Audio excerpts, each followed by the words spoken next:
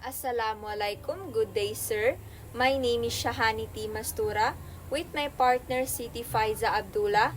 In this video, we will discuss monitoring and evaluation, or commonly known as M&E, and its role in communication campaigns. First, let us define what monitoring and evaluation means. Monitoring is the continuous tracking of campaign activities and progress. Sa madaling salita, ito ang process ng regular na pag-check kung ang mga activities ng isang campaign ay naisasagawa ng maayos at kung naaabot nito ang mga target na objectives. On the other hand, evaluation is the systematic assessment of outcomes, impact, and overall effectiveness. It means sinusuri nito kung naging successful ba ang campaign, kung ano ang naging effect nito sa target audience at kung natupad ba ang mga layunin nito. Now, let's talk about the importance of monitoring and evaluation in development communication. First, it ensures that campaigns achieve their development goals. So, sa pamamagitan ng monitoring and evaluation, malalaman natin kung ang campaign ay epektibo sa paggamit ng mga layunin nito. Second, it measures social and behavioral change.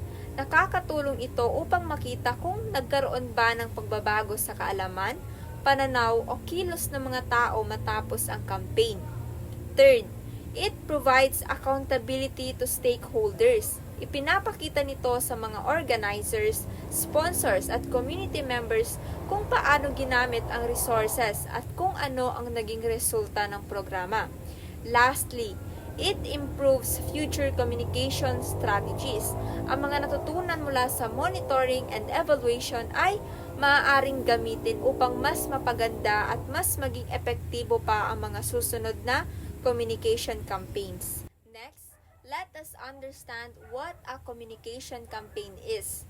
A communication campaign is a planned set of activities designed to deliver specific messages to a target audience in order to influence awareness, attitudes, or behavior.